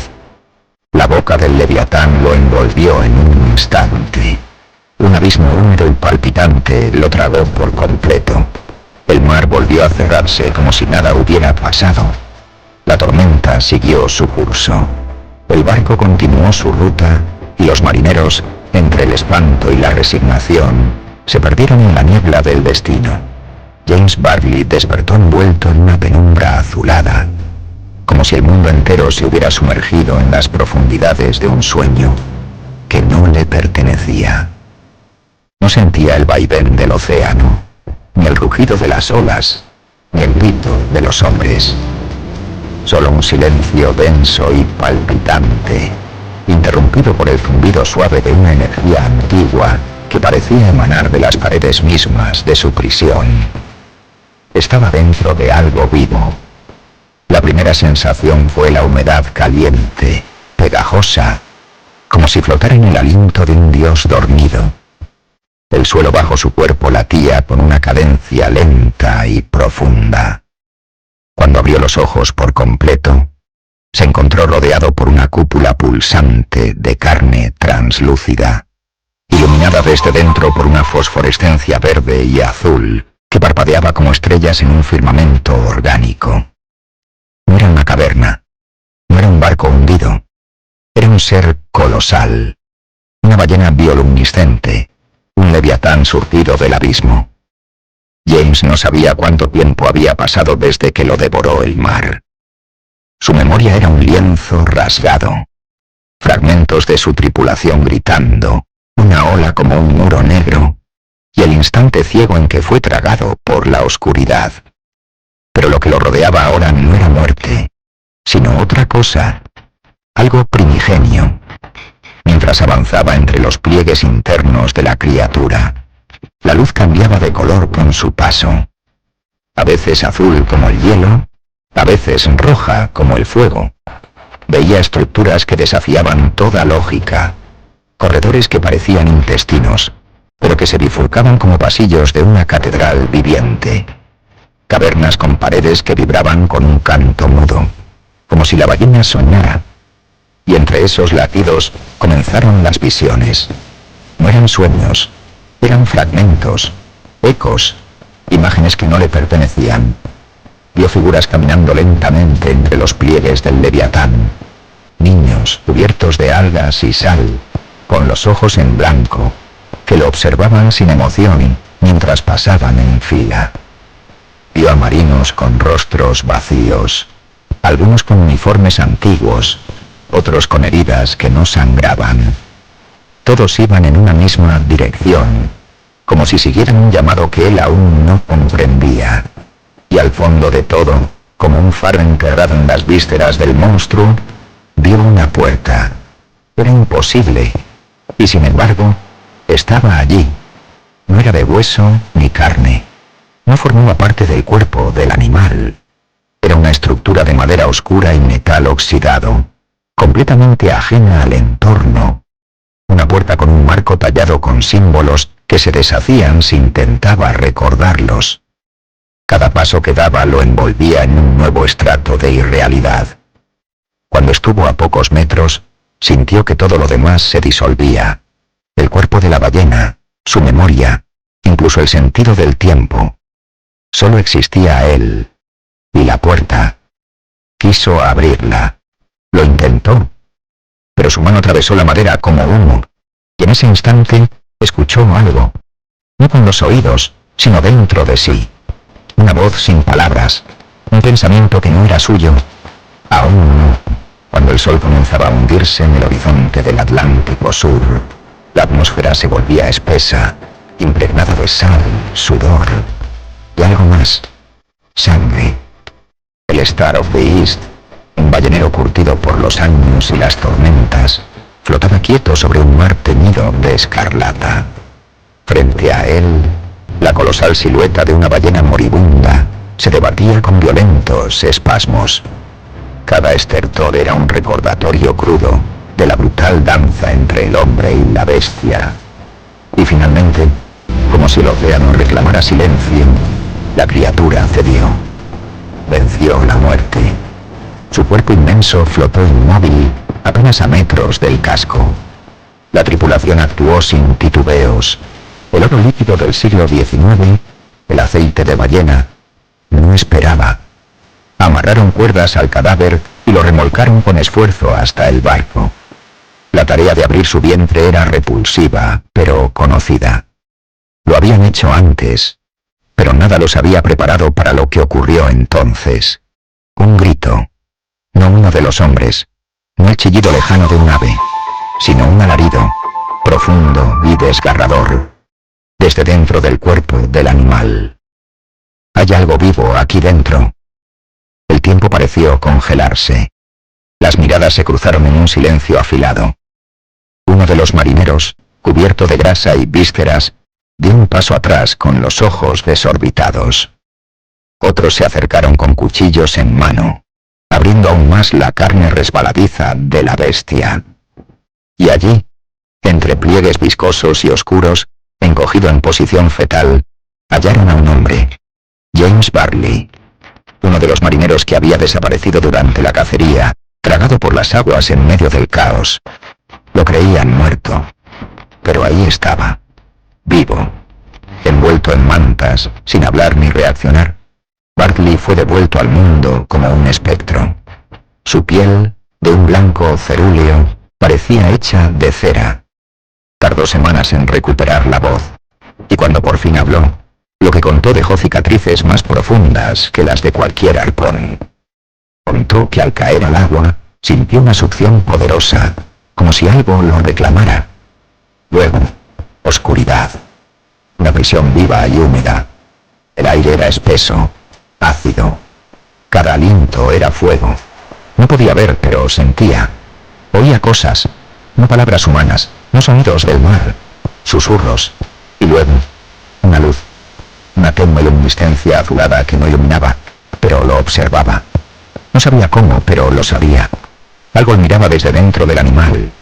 No estaba solo, no del todo. La ballena, dijo con voz quebrada, no era solo un animal, era una puerta. Las palabras sembraron un miedo silencioso en la tripulación. Algunos se santiguaron, otros murmuraron supersticiones, y hubo quienes comenzaron a temer que el Barclay que volvió no era exactamente el que se había ido. Meses después, el Star of the East zarpó nuevamente. Nunca regresó. Los historiadores debatieron la veracidad del caso. Algunos lo calificaron como un mito nacido del sensacionalismo del siglo XIX. Pero los registros existían. Si te ha gustado este relato, no olvides darle al like, suscribirte y compartirlo con tus amigos. No te pierdas ni un solo misterio del mar. Activa la campanita. Nos vemos en el próximo vídeo. Prepárate para lo inesperado. No dejes para mañana lo que puedes hacer hoy. Y suscríbete ya, hombre. No seas vago. Era el año 1641, y en los remotos mares del sur, donde el océano golpea sin piedad las costas rocosas del Cabo de Buena Esperanza, se desató una de las leyendas más oscuras y temibles que el mar jamás haya conocido. La historia de un hombre y su barco, cuya maldición se entrelazó con el viento, el agua y el mismo tiempo. Su nombre era Jan van Decken, el capitán de la nave Hollander, un hombre con una ambición tan grande como su arrogancia. Una mañana gris, mientras la Hollander se preparaba para zarpar, un presagio aterrador sobrevolaba el ambiente. Los marineros del puerto, al ver el rostro decidido del capitán, intercambiaron miradas de preocupación. El viento cambiaba sin previo aviso, las corrientes eran impredecibles y las olas monstruosas acechaban a los más débiles. Pero, como siempre, Van Decken había tomado su decisión y la nave zarpó sin vacilar. El cielo se oscureció más y pronto la tormenta estalló con furia. Las olas azotaban el Hollander con tal violencia que la nave se tambaleaba como una hoja en el viento. La tripulación luchaba por mantener el rumbo, y el ruido del viento se mezclaba con el retumbar de los truenos. Sin embargo, el capitán no mostraba signos de temor. En su rostro, la determinación era absoluta, como si ya estuviera convencido de que nada, ni siquiera el mar, podría detenerlo. «Avanzad», gritaba a su tripulación, desafiando las fuerzas de la naturaleza. El viento arremetió con una violencia nunca antes vista, y la tormenta pareció intensificarse, como si el propio océano tuviera un deseo de venganza. Pero Van Decken, desafiante, ordenó seguir adelante. Al borde de la desesperación, uno de los hombres, con el rostro pálido y los ojos desorbitados, se acercó al capitán, suplicándole que desistiera. «Capitán, tenemos que dar la vuelta. Este mar nos está devorando». Pero Van Decken no lo escuchaba. Estaba completamente cegado por su obsesión. «Si no cruzamos este maldito cabo, nunca seremos recordados», respondió con rabia. Fue entonces cuando, en medio de la tormenta, un fenómeno extraño ocurrió. La nave, a pesar de ser golpeada por las olas más gigantescas, comenzó a avanzar con una rapidez sobrenatural. Los marineros miraban atónitos, sin comprender cómo el holandés parecía desobedecer las leyes de la naturaleza. Con una mirada fría y vacía, Van Decken estaba convencido de que había desafiado al océano y había ganado. Pero esa victoria en realidad sería su condena. «Lo logramos. El Cabo de Buena Esperanza es nuestro», exclamó. Pero sus palabras se perdieron entre los vientos. De repente, una voz grave, casi un susurro, llegó a sus oídos. No era humana. No provenía de la tormenta. «Tu soberbia será tu condena, Jan van Decken». La voz resonó en el aire, como un presagio oscuro, pero el capitán, sin miedo, la ignoró. «Nada puede detenerme», gritó aún desafiante. Y así, mientras su nave atravesaba el Cabo de Buena Esperanza, una poderosa ola surgió del océano, más alta que cualquier otra, y con la fuerza suficiente para partir la nave en dos. El Hollander se hundió en el mar, pero el capitán y su tripulación no encontraron la muerte. Volvieron a emerger como si fueran espectros, y fueron condenados a una eternidad de tormentas y oscuridad. La maldición de Van Decken y su tripulación estaba sellada. El Hollander nunca encontraría descanso, y su capitán, ahora conocido como el holandés errante, navegaría los mares, siempre en busca de un puerto al que nunca podría llegar. La tormenta que una vez desafió se convirtió en su prisión eterna, y la nave, condenada a ser vista solo por los desafortunados, jamás alcanzaría un fin. Así comenzó la leyenda del holandés errante, un hombre cuyo deseo de gloria y poder selló su destino y el de su tripulación en las aguas más oscuras y solitarias del océano. Siglos después de los primeros relatos del holandés errante, en pleno siglo XIX, la fragata británica HMS Vacante cruzaba las vastas y oscuras aguas del Atlántico.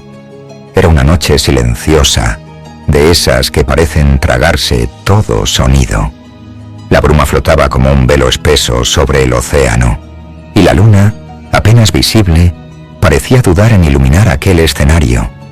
Los hombres en cubierta comenzaban a murmurar. Al principio eran solo susurros, rumores arrastrados por el viento, voces temblorosas que hablaban de un barco que no debería estar allí. Y entonces alguien gritó. Todos corrieron a la borda y lo vieron. Entre la niebla, una silueta emergía lentamente, un navío de otro tiempo. Avanzaba sin velas izadas, sin movimiento de olas y sin viento. Era imposible, y sin embargo, allí estaba. Su silueta desgarrada parecía flotar sobre el mar, como si no tocase el agua. Las velas estaban hechas jirones, podridas por siglos de tormentas. El casco ennegrecido y agrietado parecía susurrar historias de condena, y en su interior, una luz, tenue y macabra, parpadeaba como si fuera el aliento mismo del inframundo. Los oficiales de la Vacante observaron en completo silencio. Nadie osaba pronunciar palabra. Aquello no era un navío cualquiera.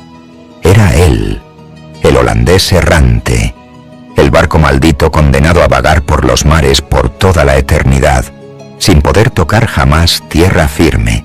Un castigo sellado por un juramento blasfemo, por un capitán que desafiaba incluso a Dios.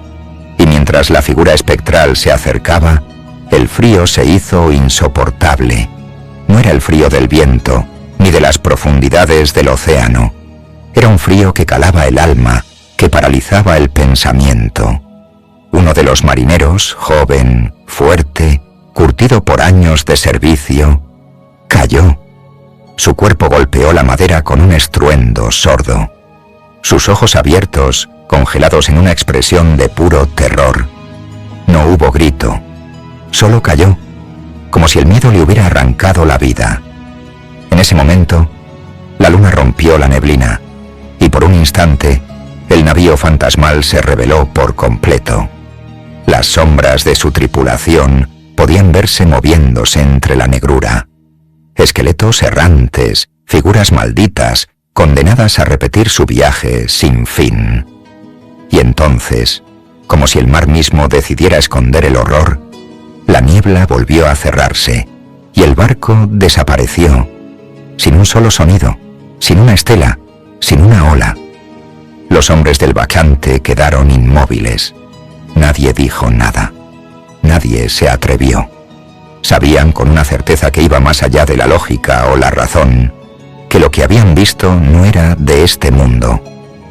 Al amanecer, el cuerpo del marinero fue sepultado en el mar, sin palabras, sin ceremonia, porque en el corazón de cada hombre solo había una certeza.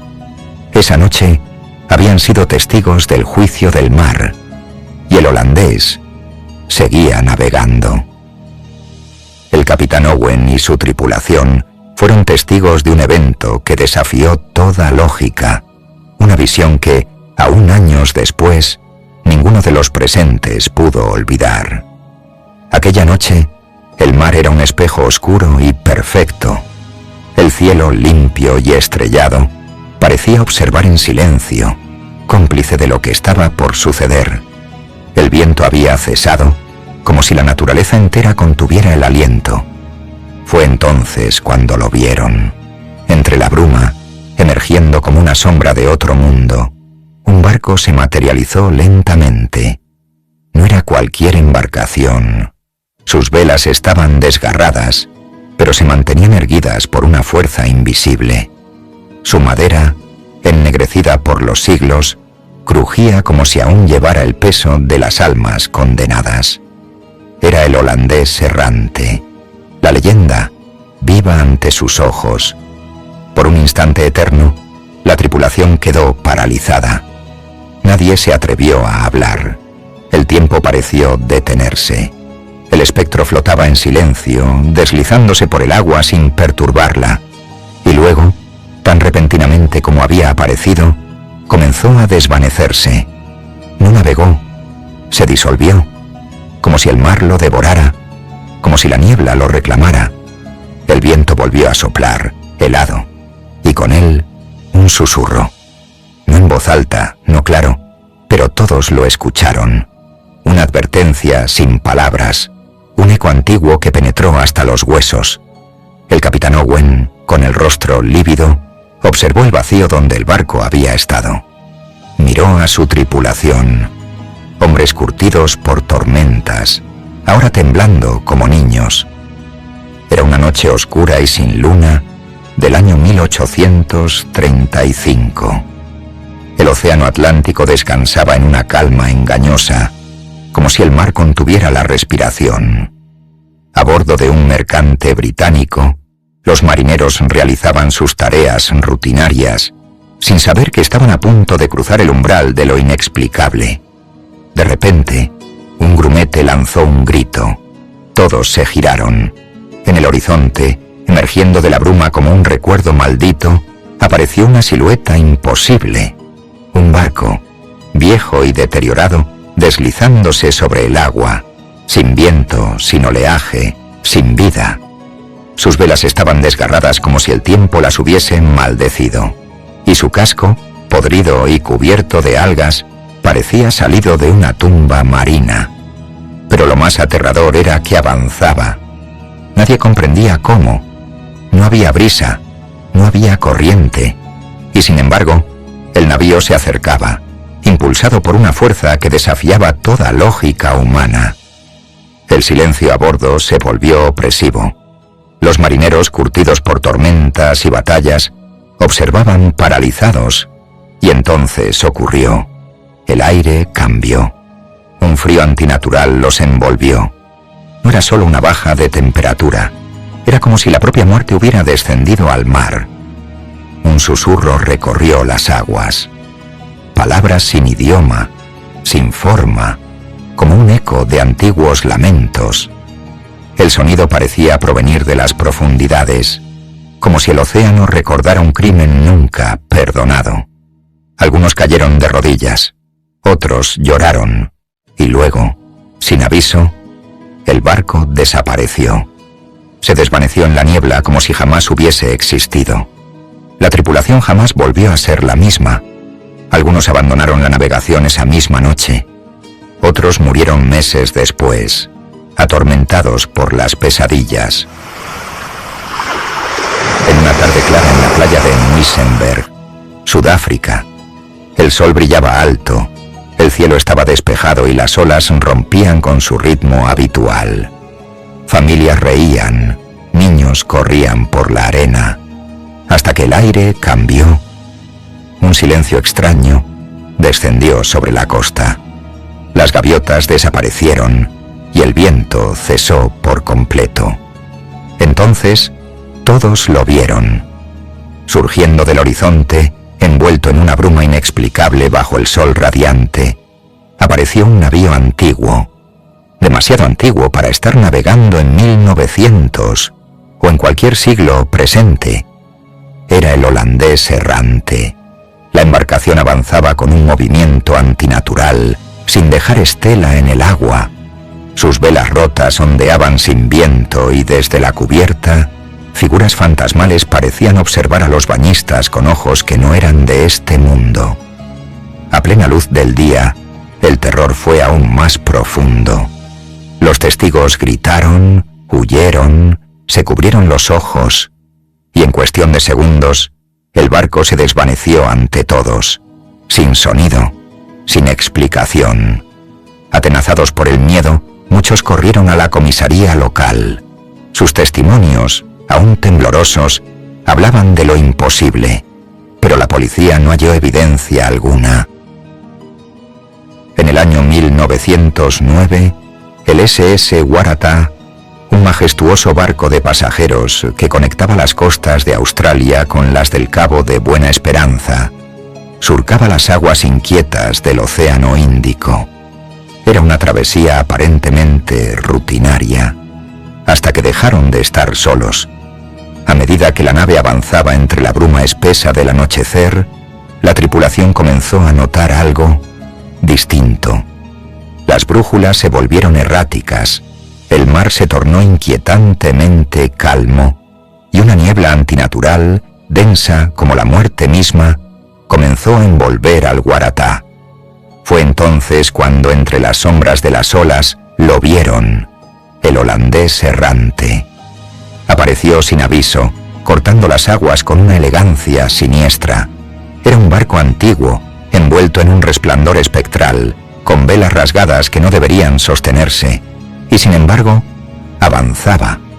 No emitía sonido alguno, ni un crujido, ni un golpe de las olas contra su casco. Solo silencio y presencia, una presencia que helaba el alma. Los marineros, endurecidos por años de mar, comenzaron a murmurar con voces temblorosas. Algunos cayeron de rodillas, rezando. Otros no tuvieron oportunidad de hacerlo. 2 hombres, sanos y fuertes, colapsaron sin razón, sus rostros marcados por una expresión de terror absoluto, como si algo invisible hubiera arrancado sus vidas. Y entonces, tan repentinamente como había llegado, el holandés errante se desvaneció. Se disolvió entre la niebla como un mal sueño. Pero el Waratah no volvió a ser el mismo. Esa noche, la tripulación quedó marcada por el horror. A partir de ese momento, el navío pareció maldito. Y semanas después, el Waratah desapareció sin dejar rastro alguno. Hasta el día de hoy, su destino sigue siendo uno de los mayores misterios marítimos jamás contados. ¿Fue solo una visión? ¿O fue la sentencia de muerte dictada por el espectro del mar? No dejes para mañana lo que puedes hacer hoy. Y suscríbete ya, hombre. No seas vago. El 3 de octubre de 1955, el mar en Apia, Samoa Occidental, se mostraba quieto, demasiado quieto, como si aguardara algo, como si supiera algo que los marineros no podían entender. Aquel amanecer, el Joyita, una embarcación de madera marcada por los años, partió con 25 personas a bordo. Era una simple travesía hacia las islas Tokelau, nada más.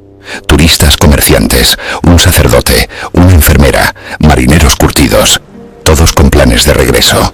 El capitán Thomas Sanders era un hombre de rutinas. No creía en maldiciones, no creía en augurios, pero esa mañana algo lo hizo mirar 2 veces el horizonte antes de zarpar. Encubierta, la pequeña Moana, de 9 años, sostenía una muñeca rota contra el pecho. Nadie le prestó atención cuando susurró: «Moana, Bihimu Homo. No deberíamos irnos». Él ya despertó. El joyita se internó en el océano sin saber que nunca llegarías a su destino. El mar los tragó, sin dejar huella, sin enviar un solo mensaje, sin emitir una señal de socorro. Silencio absoluto. Y sin embargo todo en aquel barco había quedado en su sitio. 5 semanas después lo hallaron a la deriva. Flotaba como si alguien acabara de abandonarlo, pero no había ni una sola almeitie a bordo. El reloj de la cocina marcaba las 10:25. El café seguía caliente en una taza agrietada. Las pertenencias intactas. Una radio destrozada por dentro, como si alguien la hubiera desarmado desde adentro.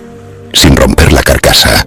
No había señales de lucha, ni sangre, ni daños visibles. Solo un nombre rayado a cuchillo sobre la mesa del capitán.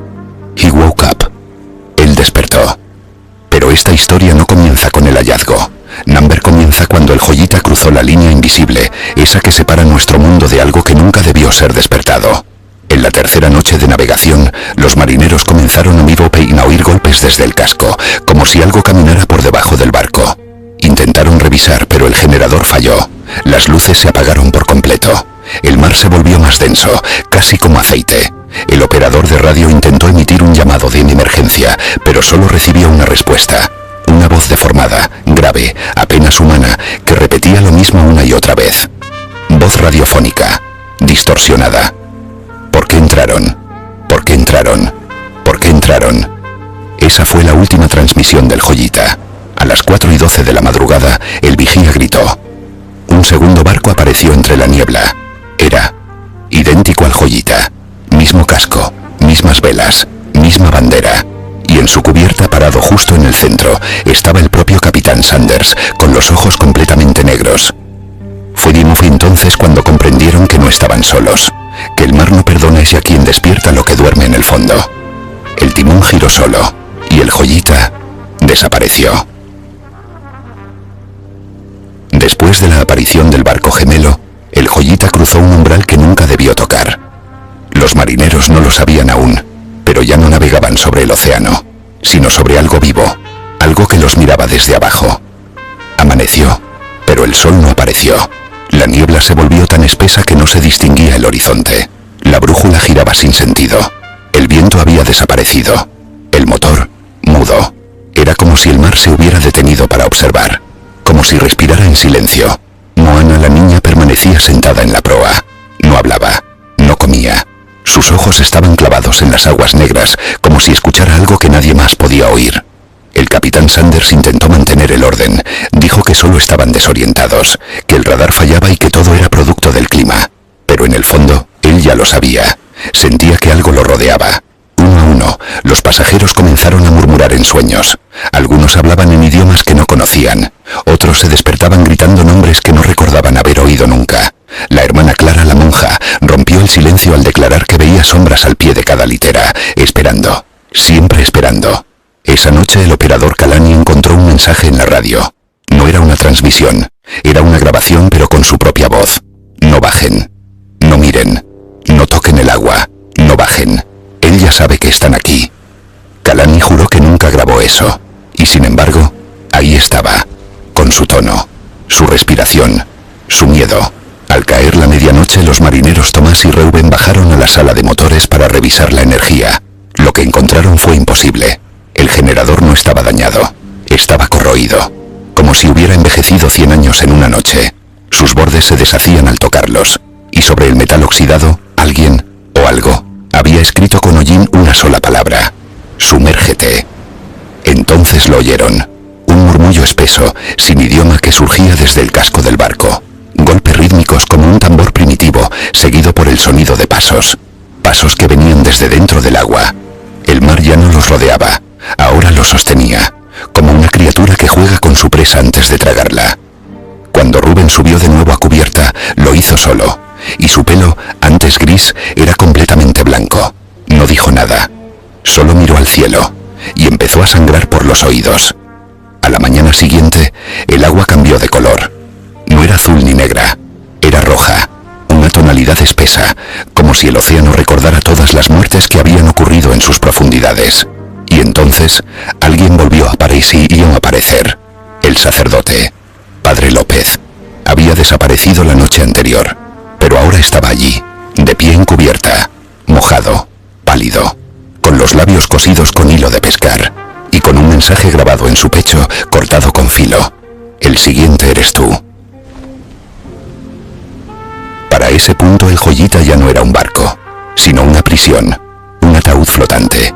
Cada noche el mar se acercaba más, no físicamente, no con olas, sino con susurros, con ideas, con recuerdos que no eran de ellos. Los pasajeros comenzaron a perder la noción del tiempo. Algunos hablaban con personas que no estaban allí, otros se encerraban, cubrían espejos, tapaban sus oídos con trapos húmedos. Nadie dormía más de un par de horas, nadie comía, nadie confiaba en nadie. Y sin embargo, el capitán Sanders mantenía un pequeño libro negro, el registro de a bordo. En él escribía cada suceso, cada hora, cada nombre. Una rutina que le recordaba que el mundo real aún existía, hasta que lo abrió una noche y descubrió algo imposible. Las últimas 10 páginas ya estaban escritas, con su propia letra, detalles minuciosos, nombres tachados, órdenes dadas, que él no recordaba haber dictado. En la última página una frase: la sangre es la clave. Entonces esa misma madrugada, mientras la niebla cubría el barco por completo, una luz blanca me apareció desde las profundidades. No era un reflejo, no era una bengala, era una forma geométrica, perfecta, flotando bajo el agua, como un diamante vivo, palpitante. Y así entendieron la verdad. El Joyita no había entrado en una tormenta, había entrado en una trampa, un faro sumergido, una máquina, construida por algo que no duerme. La figura de luz proyectó imágenes sobre las velas, rostros deformados, ciudades bajo el mar, monumentos ciclópeos que giraban sobre sí mismos, y una puerta, una gran puerta negra tallada con símbolos desconocidos, y cubierta por huesos humanos.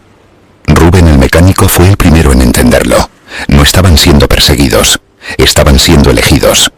Moana vivo, voz distorsionada. Uno debe cruzar, solo uno, el resto es alimento. El capitán gritó que bajaran los botes, que abandonaran la nave, pero los botes ya no estaban, se habían disuelto como papel mojado. Incluso el agua del mar empezaba a sentirse espesa al tacto, como aceite caliente, y entonces la sorpresa final. El Padre López, aquel con la boca cosida, empezó a nieblar, sin abrir la boca. Su voz brotó de los altavoces de la radio rota. Voz de Padre López, radio gutural. Él fue llamado, lo seguimos. Él debe abrir la puerta. La cámara de carga se abrió sola. Desde ella emergió Moana con la muñeca colgando. Tenía los ojos completamente blancos. Y con voz doble, voz de niña y voz del más allá, dijo: Moana, capitán, el mar te eligió. Ven. Entonces las luces se apagaron de golpe, y se oyó el sonido de madera astillándose, como si el fondo del barco se estuviera abriendo. Esa noche el mar se tragó el tiempo. Ya no existía el pasado ni el futuro. Solo quedaba el momento exacto en que el Joyita fue elegido para desaparecer de la historia. Y aún peor, para abrir algo que no debía volver a este mundo. El casco crujía. El barco gemía como un animal moribundo. De la bodega brotaba un resplandor verde, como si una aurora submarina se filtrara entre los tablones. Los pocos que quedaban con vida se agruparon en cubierta. Moana estaba en el centro, flotando ligeramente sobre la madera, los pies apenas tocando el suelo. Su muñeca rota colgaba inerte, pero de sus costuras salían pequeñas hebras negras, como raíces. Y entonces el capitán Sanders entendió. El Joyita no era una simple víctima del mar. Había sido construido con madera maldita. Había transportado algo siglos atrás, y ahora regresaba a pagar su deuda. La puerta negra vista en las visiones ahora se manifestaba frente a ellos, sobre el mar flotando, girando lentamente en el aire. No era una ilusión. Se podía oler, se podía oír. Desde su interior emergían susurros, con los nombres de todos los tripulantes, uno por uno, gritados con voz familiar. Clara la monja se lanzó al vacío. Kalani, el operador, comenzó a reír antes de arrancarse los ojos. Rubén se abrazó al mástil mientras sus huesos se quebraban desde dentro. El capitán cayó de rodillas, y entonces lo vio. Él no era una criatura, era una presencia. No tenía forma, pero lo ocupaba todo. El cielo, el agua, el aire entre los huesos, Su rostro no existía, pero su hambre era palpable. Moana, Eddie vivo y O, reverberante. Si cruzas, vivirán. Si no, el mundo recordará tu silencio. La puerta negra empezó a abrirse. Del otro lado no había oscuridad. Había reflejos. De ellos mismos. Todos los tripulantes estaban allí.